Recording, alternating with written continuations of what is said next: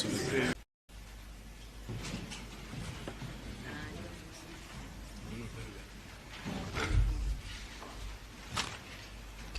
Today's the 3rd of June 2026. We're sitting in criminal court for the Honorable Justice Masopa. We have the matter of the state versus Carlos Lorenzo and one other with case number 66 of 2025. As it pleases the court, my lord, I am Fannie Nkosi versus the state with case number 82 of 2026. Morning, Murat. Morning, Mr. Mpatleni. Mr. Mpatleni, together with Advocate 𝐿𝐮𝐞𝐭, appearing for the state. Yes. Morning, my lord. Morning, Mr. Potgieter. Still appear on behalf of the appellant in this matter. Yes. The appellant is aggrieved by the Pretoria North Magistrate Court's decision of refusal to grant him bail on the 22 April 2026, now appeal against such decision in terms of Section 65(1) of Act 51 of 1977, in bracket the Act. It was agreed in a bail application stage by the parties that the charges leveled against the appellant, mainly the charge relating to unlawful possession of a stun grenade, results under Schedule 5 of the Act, and as a consequence, the bail application was dealt with under Schedule 5 of the Act. This will be the same position in this appeal matter. The appellant's arrest on the 2 April 2026 at his home was preceded by a search with a warrant following his suspension from work on the 28 March 2026. One of the conditions attached to his suspension was that he must return all the state-issued equipment to the South African Police Service, in bracket SAPS, close bracket. As a sequel to the search, the appellant returned certain equipment to the police, which among others included his service-issued pistol and the R5 rifle together with ammunition. There were certain items issued to the appellant in terms of SAPS Form 108 printout, like the cleaning kit of the pistol, routers, safe, baton, and other items that were not returned. At the time, the appellant indicated that he would return them at a later stage. Upon the search conducted at his premises, a large amount of ammunition was seized, licensed firearms, original case dockets found in the Wendy house, stun grenade, and cash in the amount of 52,700 amongst others. This search and seizure was preceded by another search at the appellant's place with a warrant by a different police unit from the one which conducted the April 26 search, who are members of the KwaZulu-Natal Serious and Violent Crime Unit, in which amount of 385,000 rands was seized on the 8th October 2025. When the state-issued equipment was seized by the police on 2 April 2026, the appellant was on suspension. Also, 6 9mm empty or used cartridges were found in his possession. The appellant is arraigned on the following charges: 1, unlawful possession of explosives; 2, failure to affix or mount a safe to a wall or floor to safeguard firearms and ammunition; 3 counts of failure to safeguard firearms; 4, 3 counts of failure to safeguard ammunition; 5, 2 counts of possession of ammunition; 6, 3 counts of failure to safeguard ammunition; 7, 4 counts of defeating and obstructing the administration of justice; 8, 5 counts of theft; and 9, 2 counts of acquisition, possession, or use of proceeds of unlawful activities in contravention of Section 6, read with Section 1 and 8 of POCA. The appellant intends pleading not guilty to all the charges leveled against him by the respondent when his trial matter commences. The appeal court's discretion in determining appeals of this nature is fettered by Section 65, subsection 4 of the Act, which makes the following provision, and quote, "The court or a judge hearing the appeal shall not set aside the decision against which the appeal is brought unless such court or judge is satisfied that the decision was wrong, in which event the court or a judge shall give the decision which in its opinion the lower court should have given, close quote. Also of importance is what is provided by Section 6011, subsection B of the Act, and quote, notwithstanding any provision of the Act, when an accused is charged with an offense, B, referred to in Schedule 5, but not in Schedule 6, the court shall order that the accused be detained in custody until he or she is dealt with in accordance with the law, unless accused, having been given a reasonable opportunity to adduce evidence which satisfy the court that the interest of justice permits his or her release, close quote. The above provision places the onus on a bail applicant to adduce evidence on a balance of probabilities which satisfy the court that the interest of justice permit his or her release. A duty to adduce evidence must not be interpreted as a demand for the presentation of oral evidence. Any party who is called upon to adduce evidence should be permitted to adduce evidence in terms of the normal relaxed rules of evidence which have traditionally been applied in bail applications. In brackets, see the matter of State versus 𝐼𝐻, 2002, Volume 1, SACR 7T, close bracket. It is acceptable for affidavits to be received in bail application. See the matter of State versus PNR, 1992, SACR 7T. In the ACA in State versus Matebula, 2010, Volume 1, SACR 55 SCA at paragraph 12, FIJA stated, unquote, but a state case supposed in advance to be frail may nevertheless sustain proof beyond a reasonable doubt when put to the test. In order to successfully challenge the merits of such a case in bail proceedings, an applicant needs to go further. He must prove on a balance of probability that he will be acquitted of the charges. This is no mean task, the more especially as an innocent person cannot be expected to have insight into matters in which he was involved only in the periphery or perhaps not at all. But the state is not obliged to show its hand in advance, at least not before the time when the contents of the docket must be made available to the defense. Nor is the attack on the prosecution case at all necessary to discharge the honors. The applicant who chooses to follow the route must make his own way and not accept to have it cleared before him. Thus, it has been held that until an applicant has set up a prima facie case of the prosecution failing, there is no call on the state to rebut its evidence to that effect, close quote. Section 35(1) of the Constitution provides that the arrested, detained, and accused person certain rights, and Section 35(1)(4) provides, unquote, everyone who is arrested for allegedly committing an offense has the right, F, to be released from detention in the interest of justice, if the interest of justice permits, subject to reasonable conditions, close quote. When dealing with the above provision, the Constitutional Court in State versus Dlamini, State versus 𝐼𝐻𝐾, and others, State versus 𝐶𝐻𝐾, 1999, Volume 2, SACR 51, in bracket Dlamini, at paragraph 6, stated, unquote, Section 35(1)(f) in its context makes three things plain. The first is that the Constitution expressly acknowledges and sanctions that the people may be arrested for allegedly committing offenses and may for that reason be detained in custody. The Constitution itself therefore places a limitation on the liberty interest protected by Section 12. The second is that notwithstanding lawful arrest, the person concerned has a right, but a circumscribed one, to be released from custody subject to reasonable conditions. The third basic proposition flows from the second and really sets the normative pattern for the law of bail.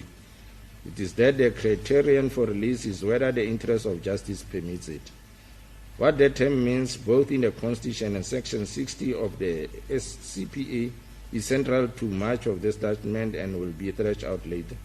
All that needs to be said at this stage is that Section 35(1)(f) postulates a judicial evaluation of different factors that make up the criterion of the interest of justice, and that the basic objective traditionally ascribed to the institution of bail, namely to maximize personal liberty, fits snugly into the normative system of the Bill of Rights.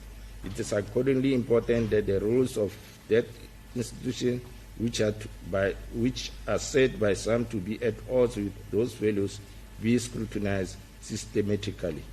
Close quote. The appellant, in support of his release on bail, filed an affidavit and averred that 1. That he has been apprised of charges leveled against him, and he intends pleading not guilty to such charges. He did not commit offenses that he is charged with, and they are fabricated against him. 2. He recited the address the police arrested him from and was born on the 11th September 1982, a South African citizen. 3. He is married and has one minor child who is born out of the marriage relationship. 4. He does not have relatives nor businesses outside the borders of the Republic. 5. He earns a salary of 16,500 as a police sergeant and has movable properties to the value in excess of 500,000 rands. The appellant further dealt with the merits of this matter to a great length, and I will consider that when I analyze the totality of the evidence before me. The respondent, also in opposition to bail, filed an affidavit and averred 1. That the appellant was arrested following unlawful activities discovered during the execution of the search and seizure warrant at his place. 2. The search was done first at the appellant's main bedroom and found that the rifle safe was not mounted to the wall or on the floor, and several firearms and ammunition was found inside the safe. Under the mattress in the main bedroom found a .38 revolver and failed to produce a license for that firearm. In the same bedroom, a rifle was found and not locked up in the safe. Inside his white Volkswagen Passat motor vehicle parked at the premises, a pistol with 11 rounds of ammunition was found, 2 rifle magazines with ammunition, and 4 revolver ammunition found inside the ashtray of that vehicle. Original case dockets were found in the Wendy house at the appellant's address. Stun grenade, which was tested and found to be functional. Cash in the amount of 52,000 rands, and a South African Police Service issued leg irons. The state, to a great length, dealt with the evidentiary material seized when the original dockets were seized, an aspect which I'll consider when dealing with the evidence in totality. Also dealt with what they referred to as reason to why the appellant must not be permitted to bail. In contention, Mr. Potgieter, on behalf of the appellant, did not pursue all the grounds that appellant raised in his notice of appeal, but indicated that the magistrate was mainly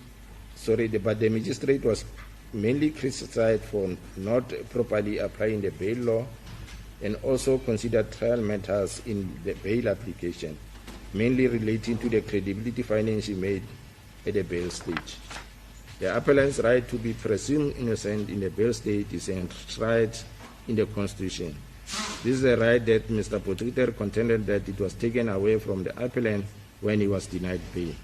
In support of the right to be presumed innocent, Mr. Potgieter referred me to Article 11, 1 in bracket of the Universal Declaration of Human Rights, in bracket UDHR, close bracket, ratified by the Republic of South Africa, which makes the following provision, unquote: everyone charged with a penal offense has the right to be presumed innocent until proven guilty according to law in a public trial at which he guarantees for his defense.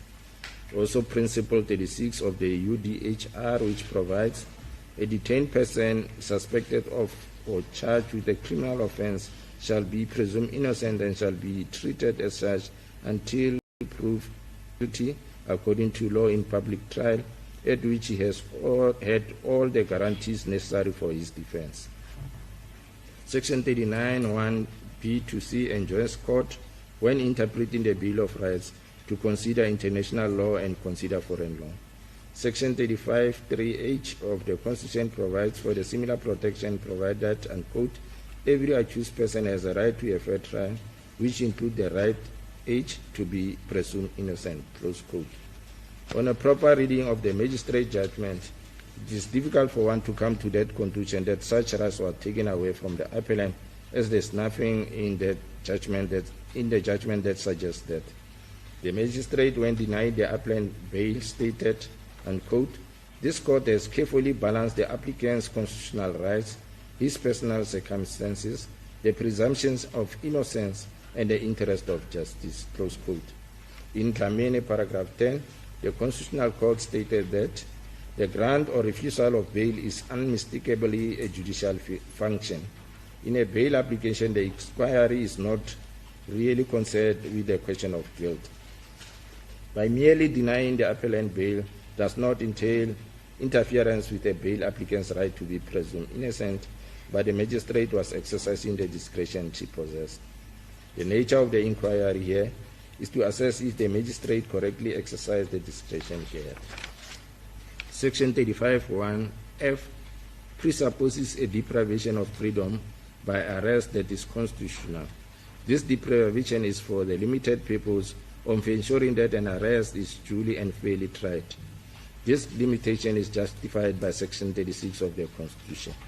Mr. Potiter further contended that the magistrate misdirected herself by denying the appellant bail and failing to consider certain conditions of bail as an alternative to the refusal, by considering correctional supervision and or house arrest as a suitable condition as enjoyed by Section 62(f) of the Act.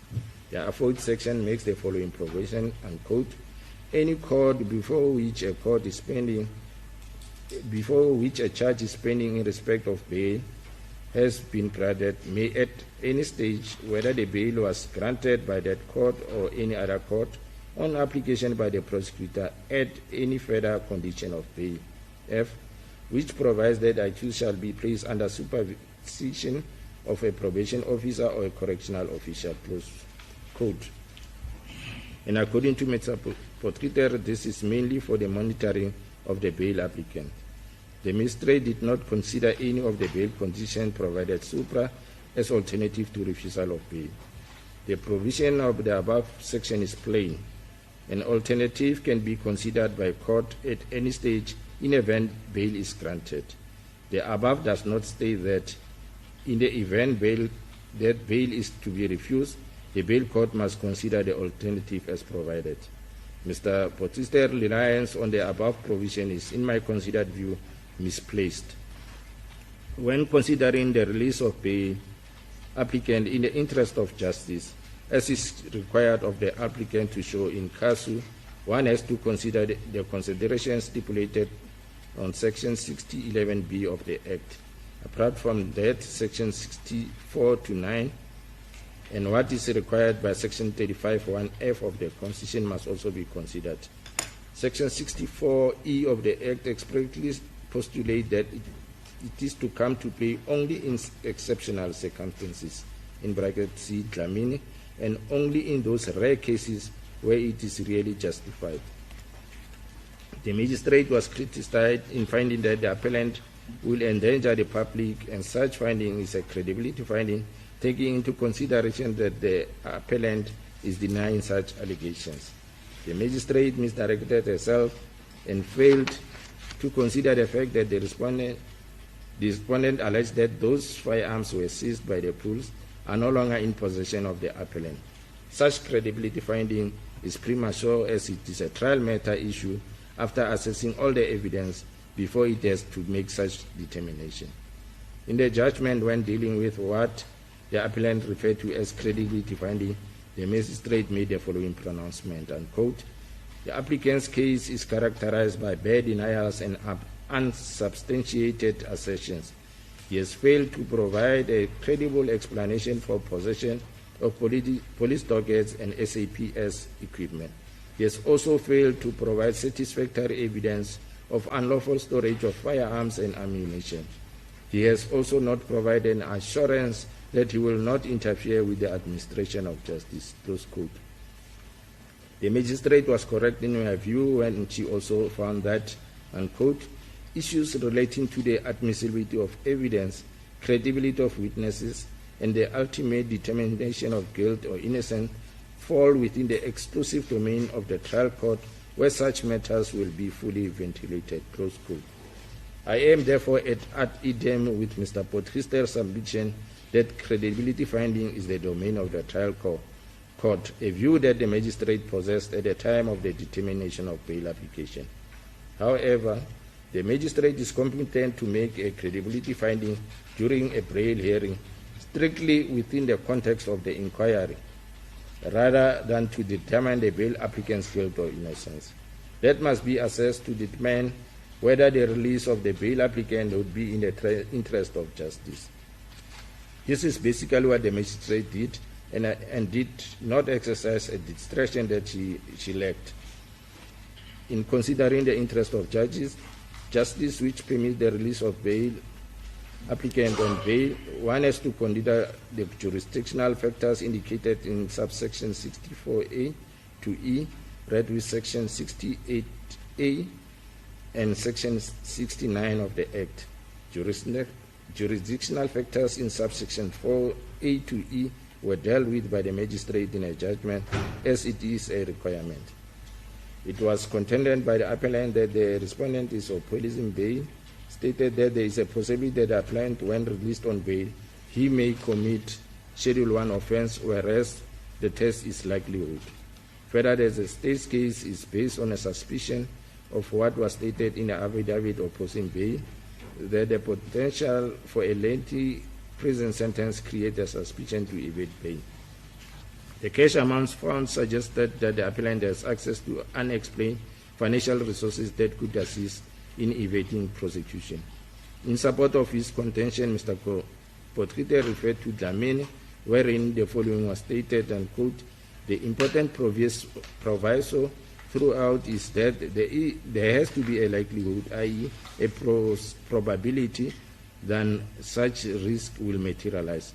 A possibility or suspicion will not suffice.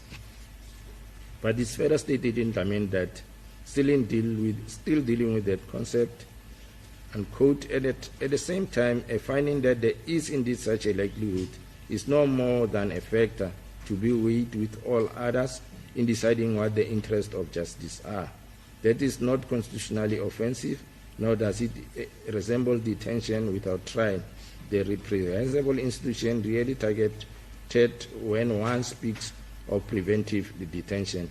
Absent a proper basis for the original arrest, it will be set aside. But if there were a proper basis for the original arrest, it will be set aside.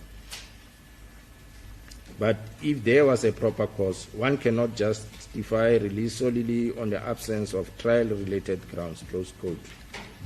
Despite the use of the words possibility and suspicion by the respondent, the magistrate found on the likelihood. 2 search and seizure operations were conducted at the appellant's place, one in October 2025 and the other in April 2026. At the time of the arrest of the appellant and in each operation, large sum of money was seized. In each occasion, the appellant allegedly failed to give plausible explanation of the source of such cash, given the fact that as a police officer he earns an amount of 16,500 rands. He did not disclose other business interests to his employer. This kind of conduct in itself creates a likelihood of committing a Schedule 1 offense whilst released on bail. The appellant knew after money was seized in the first search operation that one does not have to keep unexplained source of cash in his premises, and that is unlawful. He goes on and keeps another unexplained source of cash when a second operation was conducted at his premises. The magistrate finding that the respondent has a strong case was attacked by the appellant on the ground that it is based on a suspicion. The safe in which the firearms was found was supposed to be fixed to the wall or mounted to the floor. As already stated elsewhere in this judgment, photographs taken at the time of the operation form the basis of evidence provided by the respondent. Exclusionary rules pertaining to evidence in trial matters is not applicable in bail applications. The evidentiary material proffered need not comply with strict rules of oral or written evidence. When photographs were introduced into evidence, there was no objection raised by the appellant. There was no indication that the search and search warrant legality will become a subject of attack at trial. The inference that can be made from this silence is that there will be no attack of such a trial. Illegal ammunition, presence, firearm not safeguarded, a stun grenade were found at the time of such operation. The appellant is depicted in one of the photographs presented as evidence, and most importantly, he was legally represented at the stage. No confirmatory evidence was presented by his counsel if wrong things were done at the time of such search and seizure, especially with regard to the fact that his cameras at his place were tampered with. Finding by the magistrate on the score cannot be faulted, and the respondent succeeded in proving the strength of its case against the appellant. I'm alive to the fact that the court must lean towards the liberty of a bail applicant, even if it is alleged that the state has a strong case. But this is not applicable in 𝐃𝐨𝐧'𝐭. The respondent did not only allege a strong case against the applicant, but showed by way of evidence that the state has a strong case against the applicant. Criticism was also leveled at the magistrate, finding that there is a likelihood that the appellant will interfere with witnesses. This is based on the fact that majority of the state witnesses will be police officers. But the inquiry does not end there. The appellant was found in possession of police dockets, and several names of the suspects are mentioned in those dockets. The state alleges that the appellant shielded such criminals from prosecution, as he did not conduct further investigation upon receiving those dockets, wherein fingerprints were lifted and CCTV footage provided and robbed firearms recovered. Such individuals will be called as state witnesses by the appellant, by the respondent, Basically, what that means is that the identities are known to the appellant, and that despite evidentiary material linking those individuals to commission of offenses, the appellant made it a point that they are not successfully prosecuted for the crimes allegedly committed. The appellant's contention on the exhibit seized in the April 26 operation that at all material times present during that operation lacks merit. Such and seizure warrant of October 2025, when large amounts of cash was found at the applicant's place, was for a different purpose as the one of April 2026. The search and seizure warrant on the 8th October 2028 authorized the police to only seize the following items: cell phones, SIM cards, memory sticks, CD cards, external hard drives, tablet, computers, desktop computer, laptops, data and data message of any email server of the appellant in terms of Section 29(1)(a) of the Cybercrimes Act 19 of 2020. I'm alive to the fact that the seizure of money is not mentioned, but it was seized. However, such search and seizure warrant authorized the police to seize any article on reasonable grounds believed to be concerned or connected with commission in contravention of POCA, and I presume that the police officers acted on such authority. Matebula Supra places an obligation on the appellant in his affidavit to prove on a balance of probability that he will be acquitted of the charges leveled against him. He failed to explain why he returned ammunition that was not issued to him by the SAPS.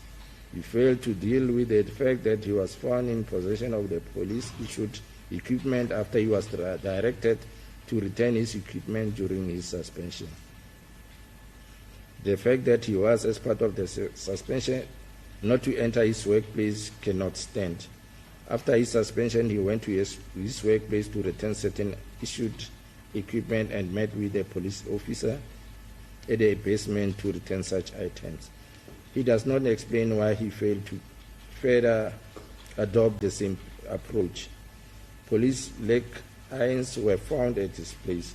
Although he disputes the fact that the stun grenade is found at his place, it is one of the attempts depicted in the photographs taken immediately at his place. He failed to explain why lots of unlicensed ammunition was found at his place. Most importantly, why he failed to provide a license for such ammunition, knowing that one cannot possess ammunition without a license. Despite photographs depicting his safe showing that is not mounted to either the wall or floor, he insists that such is mounted. The appellant contradicted himself in his affidavit relating to the whereabouts of his passport. He averred that the passport is with the investigating officer, a fact that was denied by the respondent, and on the other hand, that he was in the process of handing such passport to the police.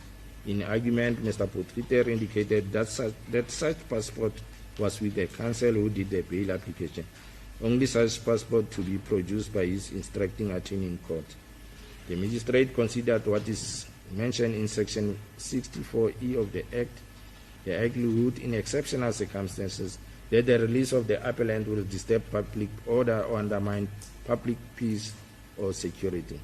This is meant to protect members of the community interest in the event the appellant is released on bail. In refusing bail under this jurisdictional factor, the magistrate stated that, and quote, "This matter has attracted significant public attention. The applicant is a member of the SAPS and the allegation against him involves serious misconduct and abuse of office. The release of the applicant in these circumstances would likely undermine public confidence in the criminal justice system." While this court does not rely on media narratives, the objective seriousness of the allegation and the applicant's position are sufficient to conclude that his release will disturb public order. To this end, Mr. Potgieter contends that there is no public outcry, and the magistrate misdirected herself in relying on subsection 64E to deny the appellant bail. As that must be considered in exceptional circumstances. The Act does not define what exceptional circumstances entails, but what is important is what has been said in Dlamini at paragraph 57, unquote. It is important to note that subsection 4E expressly postulates that it is to come into play only in exceptional circumstances. This is clear pointer that this unusual category of factors is to be taken only in those rare cases where it is really justified. Moreover, subsection 4E also expressly stipulates that a finding of such exceptional circumstances has to be established on a preponderance of probabilities, in bracket likelihood. Lastly, once the existence of such circumstance has been established, paragraph E must still be weighed against the consideration enumerated in subsection 9 before a decision to refuse bail can be taken. The judicial officers will therefore rely on this ground with great circumspection in the knowledge that the Constitution protects the liberty interest of all. The limitation of the right is therefore as narrowly tailored as possible to achieve the compelling interest in maintaining public peace and meets the requirements of proportionality between this purpose and the nature of the right. Close quote. The magistrate is criticized for, when establishing the existence of subsection 4E, did not consider subsection 8A by weighing it against 4E before refusing bail. Subsection 9 enjoins court, where applicable, to consider 1, whether the nature of the offense or the circumstances under which the offense is committed is likely to induce a sense of shock or outrage in the community where the offense is committed. 2, whether the shock of the community might lead to public disorder if the accused is released. 3, whether the safety of the accused might be jeopardized by the release of the accused. 4, whether the sense of peace and security among members of the public will be undermined or jeopardized by the release of the accused. 5, whether the release of the accused will undermine or jeopardize public confidence in the criminal justice system. Or 6, any other factor which, in the opinion of the court, should be taken into account. Magistrate, without mentioning the provisions of 60 subsection 8A, recognized that the appellant is being accused of serious offences. The fact that he is a police officer and abuses trust. This is against the backdrop that the police officer keeps a large amount of unexplained cash, he keeps unlawful ammunition. There is also fired cartridges where there is no evidence that such has been reported to the SAPS. Unexplained possession of state issues equipment after he returns some to the police after his suspension. Despite the fact that he promised to return some of the equipment according to 108 registers of SAPS, he failed to do that. This is, in my considered view, the magistrate, when denying the appellant bail, said to protect the community interest. Inferences drawn by the magistrate is based on evidence presented at bail court. Factors indicated in 68A are factors which must be taken into account by the court in deciding the grounds in section 64E. In brackets, see the matter of S versus H 1999, volume 1, used to permit appellant to pay. I cannot agree with Mr. Peter that the magistrate did not properly apply the law in refusing the appellant pay. The court in State versus Barber, spelled B-A-R-B-E-R, 1979, volume 4, SA 218D, at page 220, paragraph E to H, when explaining the court's power on bail, stated, unquote, "It is well known that the powers of this court are largely limited where the matters come before it on appeal and notes a substantive application for bail. The court has to be persuaded that the magistrate exercised the discretion which he has wrongly. Accordingly, although this court may have a different view, it should not substitute its own view for that of the magistrate, because that would be unfair interference with the magistrate exercise of his discretion. I think it should be stressed that no matter what this court's own views are, the real question whether it can be said that the magistrate had the discretion to grant bail but exercised that discretion wrongly," close quote. I see no need to interfere with the judgment of the bail court, as the magistrate did not exercise his discretion wrongly. This appeal ought not to succeed. The order in the RAS, I make the following order. 1. The appeal against the Pretoria North Magistrate Court refusal to grant bail is hereby refused. As it please court, as it pleases the court. Court adjourns.